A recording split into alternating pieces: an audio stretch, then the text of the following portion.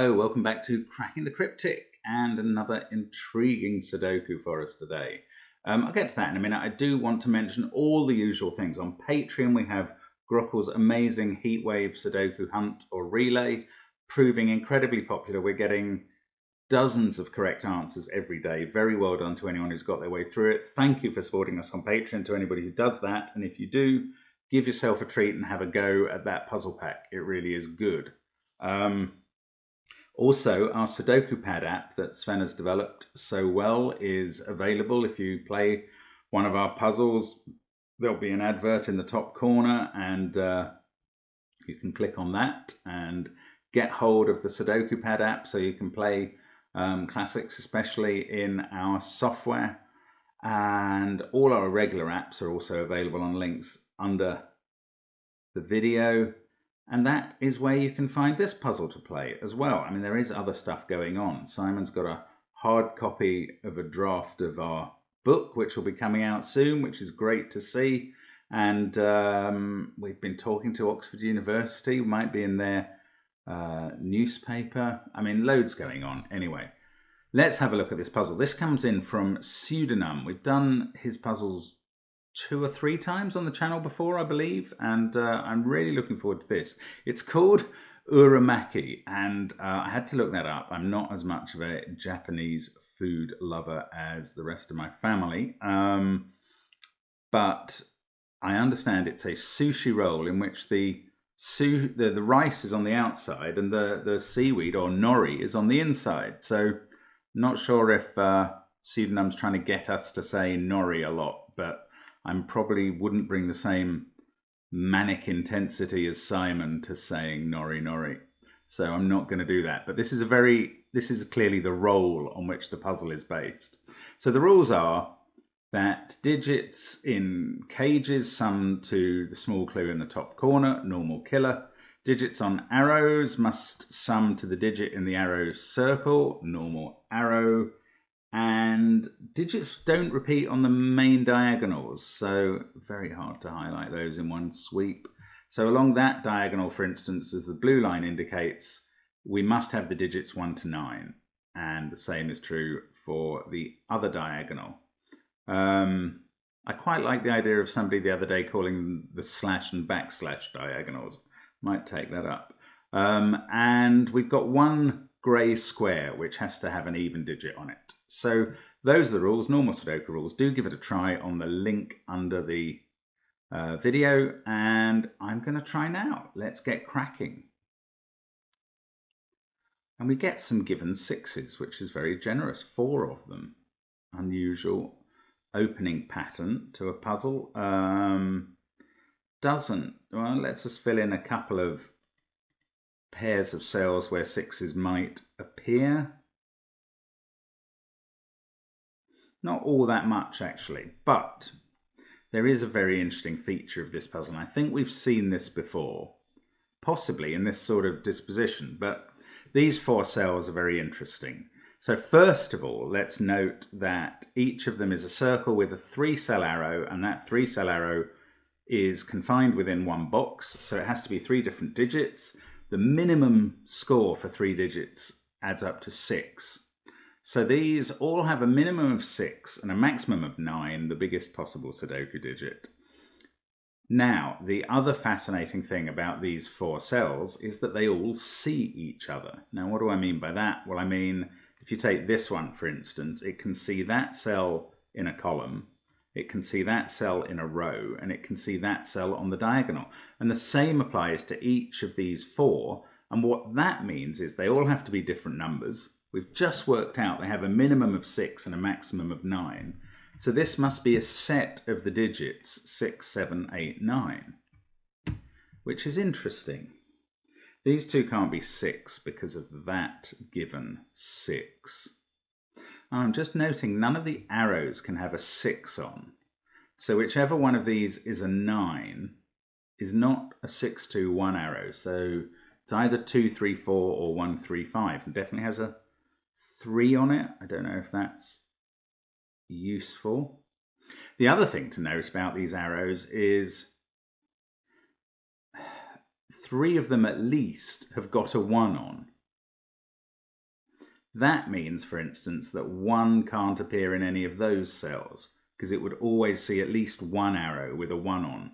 Now I know that 3 of them have a 1 on, because the 6, wherever that is going to be 1, 2, 3. The 7 is going to be 1, 2, 4. The 8 is going to be either 1, 2, 5 or 1, 3, 4. So those 3 all have a 1 on. The 9 might have 1 on too. It might be 1, 3, 5. But the 9 is the only one that could avoid a 1 and be 2, 3, 4. Now, look at these cages. Yeah, this one only has 2 possible fills because of that 6. It could be 2, 5 or 3, 4. This one is the same because of that 6. It can only be 1, 7 or 3, 5.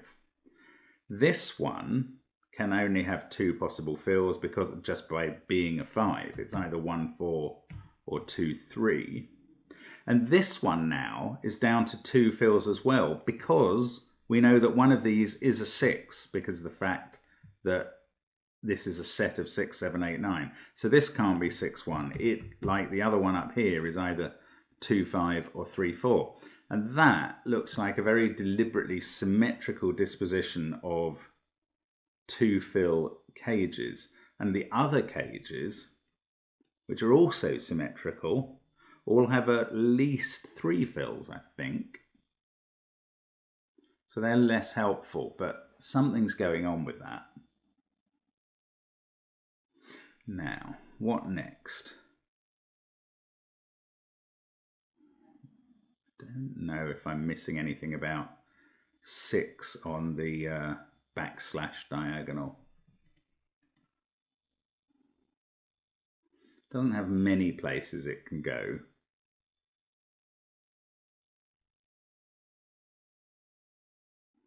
Now, it would obviously be very useful to know which of these had a 6 in. Then we'd know about a 1, 2, 3 set, for instance, which must either be here or here. If this was a 6, then this would be a 1, 2, 3 set. That would tell us which of these cells was lower and which was higher.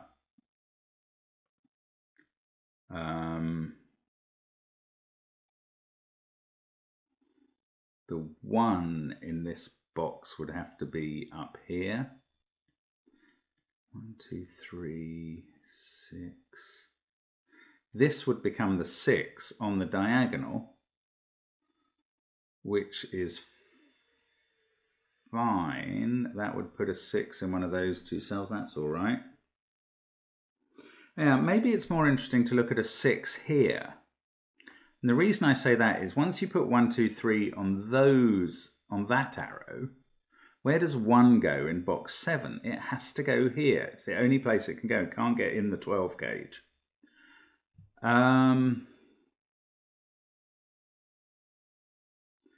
So if this is 6, which looks at that cell on the diagonal and puts 6 there. So 6 there gives us a 1 here and a 6 there. Makes this 2, 3. Oh my goodness, is this right? Right. I don't know if this is the intended break-in. It's convoluted enough that it possibly isn't, but it's lovely actually in a way. So, I like this. I like this. 6 here puts a 1 on one of those cells, and that puts a 1 here. We've now got 6 and 1 on this diagonal. 6 is going to have to go here. I will come back to 1 in box 3 in a moment. This 1 down here has forced this cell, this 5 cage, to be 2, 3. That forces this 10 cage to be 1, 9, because it now can't have a 2 or a 3 in it, or it also can't be 6, 4. So the other possibility of the 4 possible fills is 1, 9. Now that's really important, because what's happening to 1 in box 3, it now can't go in the 10 cage, which would be a 1, 9, because this cell couldn't be filled. So if the 1 is not there, it's not here where we've put the 6, it's not on the diagonal, the 1 would be here, This is absolutely gorgeous. If you put a 1 there, the puzzle breaks, because you can't put a 1 on this arrow, and that's fine. One of these arrows could avoid having a 1 on it. It could be 2, 3, 4. But you also can't put a 1 on this arrow anymore, because where would you put the 1 in row 3? You can't put it in the 11 cage, and it can't be on the circle. So because of all that, you cannot have a 1 in this cell. And just by virtue of that, it means this can't be a 6, because that does put a 6 here and a 1 there. That is so weirdly brilliant. I love it. So I'm going to go through it one more time, just to make sure, because I think it's so clever. I also want to check I haven't made a mistake. So a 6 there puts a 1 on this arrow, obviously. That puts a 1 here. Now, we have immediately put a 6 here. The 1 here has made this a 2, 3, and this a 1, 9. That stops this being a 1, 9, and now 1 in this box is here, and that breaks one of these arrows, or put another way, it forces both of them to be 2, 3, 4, which is not possible, because both of these cells would be 9 then. So, brilliant. So this can't be a 6. I really like that. It appeals to me. I don't know if it does to everybody. So we get a 6 there, because we've ruled out 6 from here, and we know this is a group of 6, 7, 8, 9. So that 6 gives us a 1, 2, 3 here. Now that can't be 2 or 3, so we've got the higher number of the 7 there and the lower one there. This can't be a 6 because of the 6 we just placed. So 6 goes on the diagonal. We get a 6 in one of those 2 cells. Actually, we can't do much else with the 6s. Does this carry on, or do we have to do something crazy different? Now, what have we learned? 1, 2, 3, 6. This, we knew that couldn't be 6, 4. So we haven't learned many things, actually. But surely this is going to be helpful. Right, 1, 2, 3 here, yes. Where do the 1, 2, and 3 go in box 1? Now they can't be there. One of them can be in that cage. One of them, either a 2 or a 3, can be in this cage, and the other one must be in this cell. So that is either 2, 9 or 3, 8. 4 must now be in one of these cells in box 1, and therefore we know this is a 5, and that's 2. That means this isn't 2. It means the 1 and 3 are up here. 2 is now in this cage. It's a 2, 9 cage. So that can't be 9. So we've got a 1 on this arrow, which has either a 7 or 8 circle. We've got a 9 up here somewhere. That gives us a 9 in this cell. So we do have a 9, 1, 10 cage there. This is now a 4, 8, 7 group. That takes 7 out of this cage. We get a 1 on the diagonal there. Now, we failed to get a 1 on this slash diagonal, but what cells are ruled out? This can't be a 1 because one of those has got to have a 1 on it. This can't be a 1 because of that. So we can rule out those cells. We can now rule out those cells and that one because of this one. So 1 on the slash diagonal is on one of those 2 places. Now, what else have we got going on? 1, 3, 5, 6, 2, 9. These are from 4, 7, and 8. Yes, 3 has to be here. So this is either a 7 cell with 1, 2, 4 on its arrow, or an 8 cell which now would have to have 1, 2, 5 on its arrow. So there's definitely a 2 there. A 1 and a 2. So that's not 1 or 2. Therefore, this isn't 3 or 4.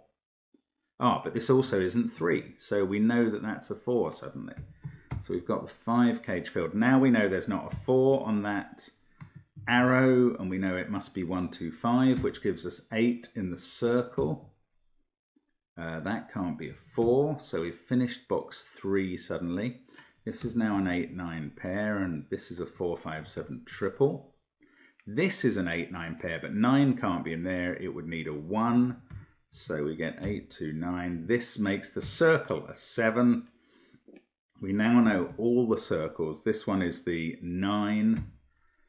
I don't know if that has a 1 on it. Yes, I do, because 1 there, if you had a 1 there, you'd need a 1 here, which is not possible. So it doesn't have a 1 on it. It's the 2, 3, 4 possibility.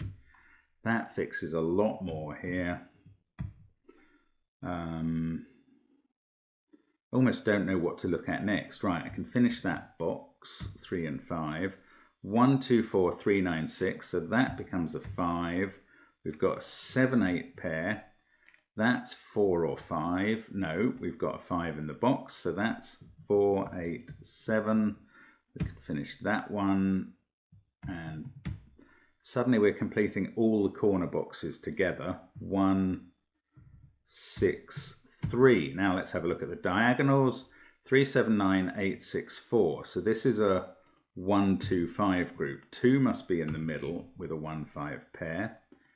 And these two must be a 3, 4 pair. So we know where 6 goes. Remember, this is even, so that I think has become 8 now, with a 7, 9 pair flanking the middle. That can't, both of those can't be 2. 6 to 8, that can't be 8. So that can't be 2. 9, 6 to 8, this also can't be 2. 7, 8, 9 here, we can fill those in.